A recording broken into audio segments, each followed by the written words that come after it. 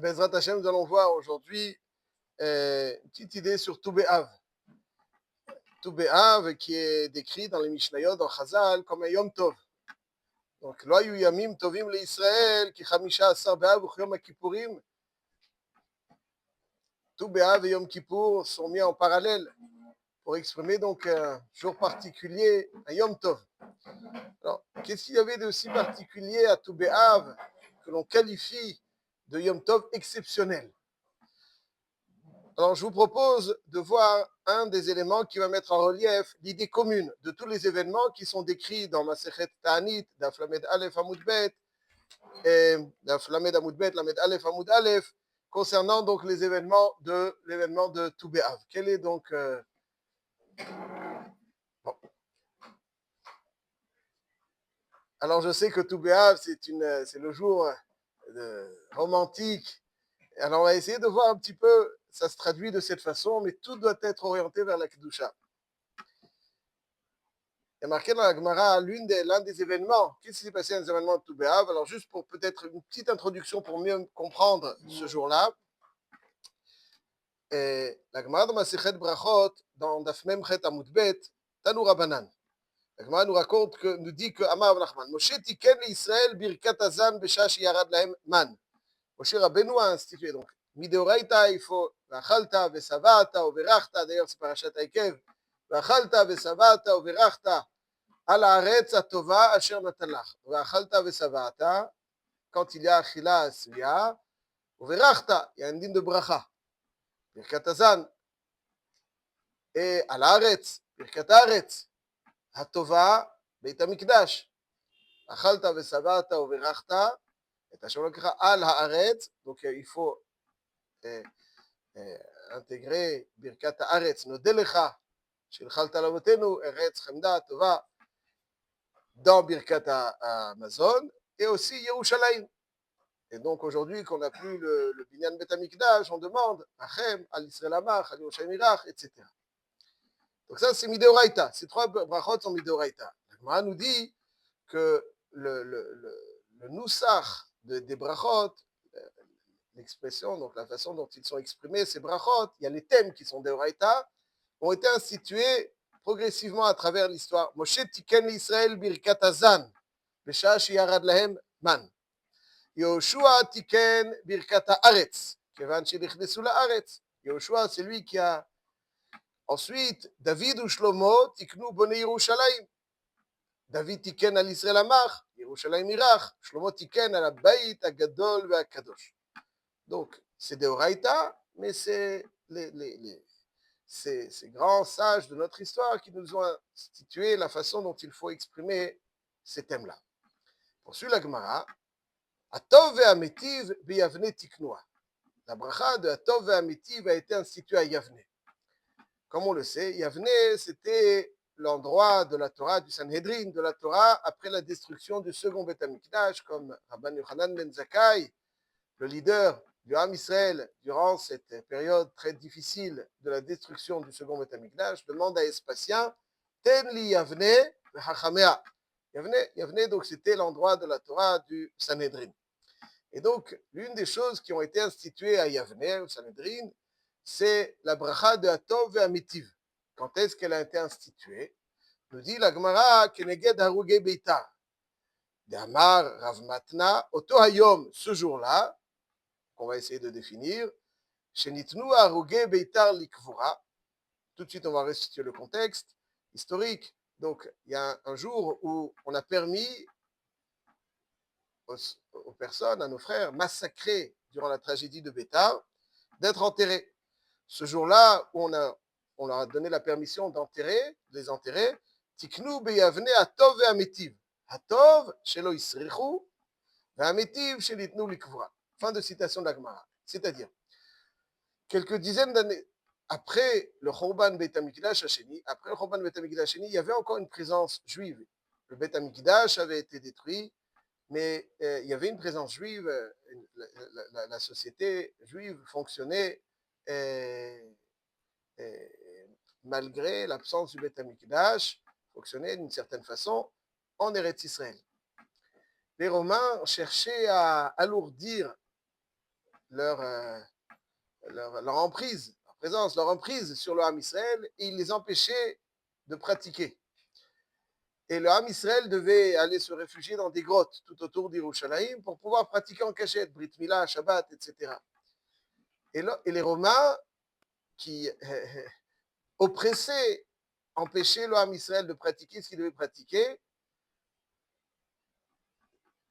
les cherchaient dans ces grottes-là. Et puis, se sont organisés les Bnei Israël de telle façon à ce que lorsqu'une grotte était attaquée, il y avait un signal et plusieurs autres groupes qui étaient cachés dans d'autres grottes venaient les soutenir. Et après, donc, c'est organisé une dynamique de rébellion parce que les Romains étaient insupportables. Et il y avait un général, un Matzbi d'exception qu'ils appelaient Shimon ben Kuziva, donc, était un génie militaire et qui massacrait aussi les Romains. Il leur donnait les raclés à chaque fois que les Romains, il y avait des légions qui ont été envoyées, étaient décimées. Et ensuite, donc, l'empereur de l'époque va envoyer énormément de légions pour essayer de... Et finalement, Shimon ben Kuziva et son armée ils vont conquérir Yerushalayim. Hein, parlons maintenant de rentrer comment ils vont conquérir Yerushalayim. Mais Ben Kuziva, et qui va s'appeler Bar Kokhba aussi, parce que c'était une star, c'était un Kochav, Darach Kochav Yaakov. Mais son nom était, le premier était Ben Kuziva, ils vont se retirer à Béta. Et ils vont de là mener une rébellion contre les Romains avec beaucoup de réussite. Après, il se passe ce qui se passe avec Rabbi Lazar ben Shamoua, et Ben Kuziva va être tué. Et les Romains donc pénètrent dans cette ville de Bétar et vont commettre un massacre indescriptible. Et ils étaient tellement enragés d'avoir perdu tant d'hommes et d'avoir été l'objet d'une résistance aussi puissante et efficace pendant des années, que l'empereur va interdire que l'on enterre les tués de Bétar. Pendant des années, ils vont giser comme ça, sans être enterrés. Et miraculeusement, l'Oisrichou, ils ne vont pas se décomposer. Et au bout de certain nombre d'années, l'empereur qui va succéder va autoriser qu'on enterre ces cadavres. Et ce jour-là, où on a permis de les enterrer, c'était tout Béav. Et ce jour-là, comme c'est marqué dans la Gemara Lamed Aleph dans Ta'anit, qu'est-ce qui s'est passé tout Béav? L'un des événements, c'est Yom Shinitnu Haroge Beitar Likvua, etc. Alors, tout Béav, il y a beaucoup d'événements qui se sont passés tout Béav. Yom Shehutar Shevet Binyamin Avobakal. Donc, c'est surtout des thèmes autour des liens, des mariages. Et après, donc, ça a donné naissance. Il y a aussi Kaloubo Maté Midbar, mais Outru Shvatim Lavosé Bazé. C'était le lien avec Eretz Israël. Kaloubo Maté Midbar. Donc, c'est toute une histoire de liens, de chibour, mariage, etc. Et ici, on ne voit pas trop en quoi le fait qu'on a permis d'être enterré, quel rapport, comment ça s'inscrit dans l'esprit de Toubert. Alors juste, une petite précision. A priori, cette bracha, donc la bracha de Atov Amitiv est une bracha des Rabbanan. L'Ideoraïta, il faut faire Azan, Haaretz et Bet Amikdash. Atov Amitiv, ça c'est une bracha des Rabbanan. C'est pour ça que s'il y a un safek dans Birkat Amazon, il y a un dioun dans les Rishonim, est-ce qu'on refait aussi la quatrième bracha, parce qu'elle est des Rabbanan? Les Ashkenazim, ils sont poskim, ils disent comme tu ne peux pas faire 3 sans la quatrième, ça risque de porter atteinte à. Les gens ils vont dire, ah, la quatrième. Aval pour les Svaradim, on fait que 3. Ça fait, quand ça fait que si on a fait Birkat Amazon, on fait que 3 brachot, pas la quatrième. Pourquoi? Parce que les 3 premières, ça fait que doit être à la Khumra. La quatrième, c'est des Rabbanan. Ça fait que des Rabbanan la Kula. Donc on ne fait pas la quatrième. La quatrième a été instituée. Quand Yavne, pourquoi? Le jour où, de Toubéav, où nos frères ont pu être enterrés après d'avoir des années. Alors là-dessus, Tiknou Atov Amitiv. Alors, pourquoi, qu'est-ce que cette bracha de Atov Amitiv est institué, c'est un S, oui, mais un S, finalement, c'est pas un S, c'est un S qui réduit la douleur. Mais pourquoi c'est un S? Il y a eu beaucoup de disciples tout au long de l'histoire, on n'a pas forcément institué des brachot dans Birkat Amazon dessus. Là, ce NES-là, c'est un NES important, mais je veux dire, par là, il y a eu d'autres disciples qui ont fait fleurir le Ham Israël, et là, on ne voit pas forcément qu'on a institué brachot. Là, c'est le NES sur lequel on institue une bracha, qui plus est dans Birkat Amazon. Ça demande un petit peu d'être expliqué. Alors, il y a beaucoup de développement là-dessus dans les Mfarshim. J'ai une petite idée. Lorsque Yosef Hatzadik va être vendu aux Ishmaélim, il y a marqué dans le Passouk, les frères de Yosef, donc après avoir mis Yosef dans le bord, donc il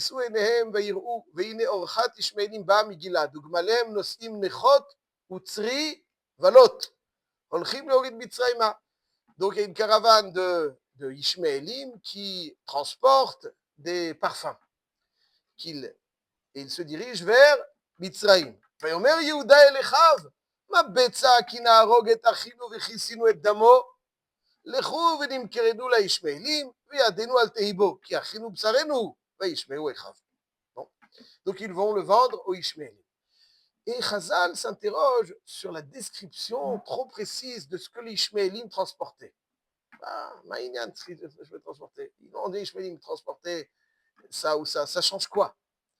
Il dit Rashi, Lama pirsem akatuv et masa'am. Ça change quoi? Ça nous intéresse qu'ils portaient ça ou autre chose. להודיע מתן שכרן של צדיקים, שאין דרכם של ערבים לשאת אל הנפט ועיטרן, שריחן רע, ולזה נזדמנו בסמים, שלא יוזק מריח רע. C'est-à-dire, pour quelque part, si Yosef voyageait avec une odeur nauséabonde de neft et de pétrole ou je ne sais quoi des Arabes, אבל là, כביכול הקדוש ברוך הוא a accompagné Yosef en Égypte avec une odeur de parfum, de rose. Shelo Yuzak Mireacha, qui ne supporte pas les inconvénients de ces odeurs. Et là, est-ce que Yosef allait donc faire tellement attention à ce qui se passe? C'est un parfum, pas parfum. Alors, il est accablé, il est vendu, trahi par les siens. Quoi, ça lui change vraiment. Il aurait remarqué, le pétrole, quelle odeur. Et là, maintenant, il se délecte de l'odeur de la rose. Dans des situations aussi tragiques, est-ce que quelqu'un accorde de l'importance à l'odeur dans les voyages qu'il va faire?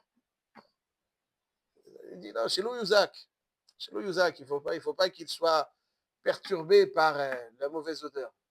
On dirait qu'il faisait un voyage et puis d'agrément, de plaisir, et puis on lui dit bon allez, on va t'accompagner ça, on va pas te gâcher le voyage quand même avec une mauvaise odeur. Bon, on va te mettre une bonne odeur. Mais il était brisé.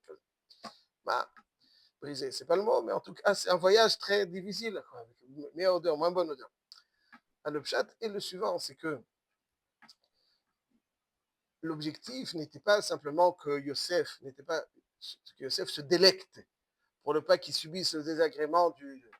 L'objectif était pour Akadosh Baruch Hu de montrer que malgré la difficulté, l'atrocité donc du moment, il y a un clin d'œil divin qui dit je suis là. Ne jamais se sentir seul. Même dans les moments les plus difficiles où on a le sentiment d'avoir peut-être été Khalila abandonné. Où finalement on se sent lésé puisque si on avait été l'objet de cette bienveillance divine, comment pareille chose aurait pu arriver? Il y a des choses qui arrivent dont on ne comprend pas le sens, mais Hachem veut à tout prix, malgré la gravité du moment, la douleur du moment, qu'il y a un clin d'œil, sache que je suis là. Et cette odeur agréable, qui est contraire donc aux habitudes des Ishmaélim, est un clin d'œil de la part d'Hachem pour dire à Yosef, je suis là, je suis avec toi, ne considère pas que je t'ai abandonné, que tu es livré à toi-même. Ça, c'est le clin d'œil divin. Ce n'est pas simplement pour faire kiffer Yosef. Oui, Yosef, certainement, va quand même être un peu plus agréable. Mais l'objectif, ce n'est pas le faire kiffer seulement.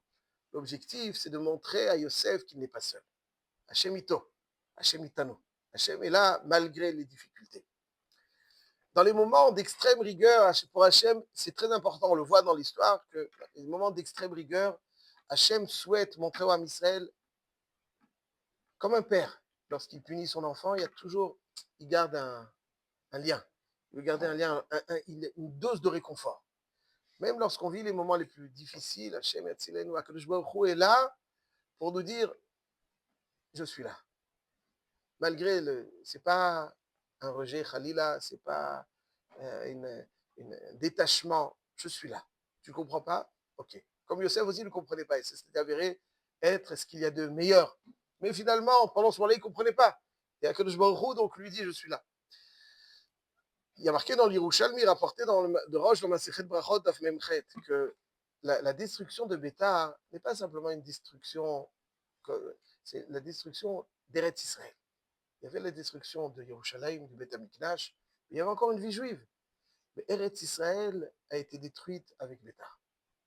Parce que là, il n'y avait plus, malheureusement, avec les Romains, ça s'est très mal passé, et il n'y avait plus. Et dans ce contexte tragique, dans lequel des corps gisaient sur le sol, c'est un moment digne de rigueur indescriptible. Kadosh Baruch Hu souhaite que l'on sache qu'il est là. Il y a un S, qu'il est là. La rigueur n'est pas la signification d'un rejet ou d'un détachement. La rigueur est là pour les raisons divines qu'Hachem connaît. Mais ce S-là montre qu'Hachem, même dans les moments de din, il est tov. Il y a du tov. Il y a du tov qu'on ne voit pas, ok, qu'on ne ressent pas, mais il y a du tov. Et ça, Hachem souhaite qu'on le comprenne. Et donc, il donne des petits signes, des petits clins d'œil qui disent, voilà, je suis là. Et le jour donc, où ils ont été enterrés, c'est Tou B'Av, rétroactivement, on sent donc la présence d'Hachem malgré l'immense douleur du moment. Et pourquoi Dafka Tou B'Av? Il fallait que ça, quasiment ça s'inscrit dans les événements Tou B'Av. Alors juste, je terminerai là-dessus. Il y a un Bnei Issachar dans Mahamaré Chodshé Tammuz Av, Mahamar Dalet, qui dit comme ça.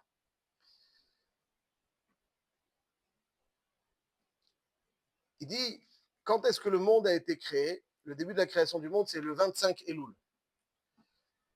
La royauté d'Hachem, donc le monde, la création du monde, la royauté d'Hachem va être Hachem En Melech Bloam. Il n'y a de roi que s'il y a une adhésion du peuple. Et la création du monde passe par l'adhésion du Ham Israël. Et Hachem, quelque part, va épouser le Ham Israël pour qu'en partenariat, le monde se dirige vers l'objectif qu'Hachem lui a décidé. Quand est-ce que ce partenariat qui donne un sens aux choses, productif, qui donne un sens au monde, va être déclaré? Initialement, 40 jours avant la naissance d'un enfant, Bat ploni les ploni, comme ça la Gemara dit dans Masechet Sota Daf Bet Amud Aleph, 40 yom kodem yetzirat avlad, avant la conception même, Machizin barakia bat ploni les ploni. Donc 40 jours avant la conception, on annonce le partenariat. 40 jours avant le 25 Elul, c'est quoi? C'est Tou B'Av. Tou B'Av, c'est la déclaration d'Hachem historique que son partenaire, c'est le Ham Israël. Ça, c'est son partenaire, c'est le Ham Israël. Et c'est l'expression de ce mariage. C'est pour ça que c'est le jour Mesougal, pour le Chibour avec Eretz Israël, pour le Chibour, Itou Shvatim Lavosé Bazé. Et c'est aussi ce jour-là où Hachem, malgré l'extrême rigueur, dit encore, le mariage est présent, on est là encore. On est là encore. C'est la déclaration du mariage. Le projet continue. Le partenariat persiste. En montrant ce nes de Tou B'Av, Shelo Isrichu, Sheuvu Likvura. Hachem montre par là, c'est vrai que c'est dur.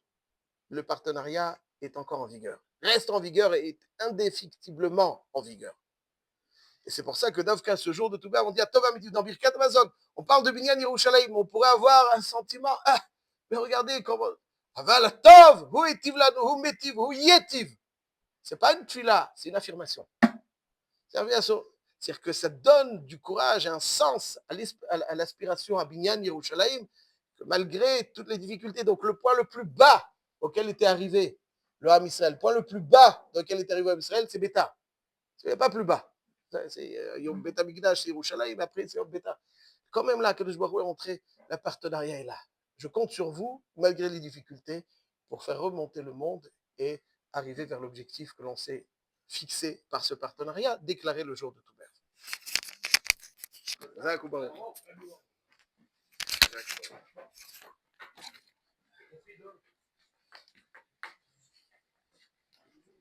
Qu'est-ce que tu cherches?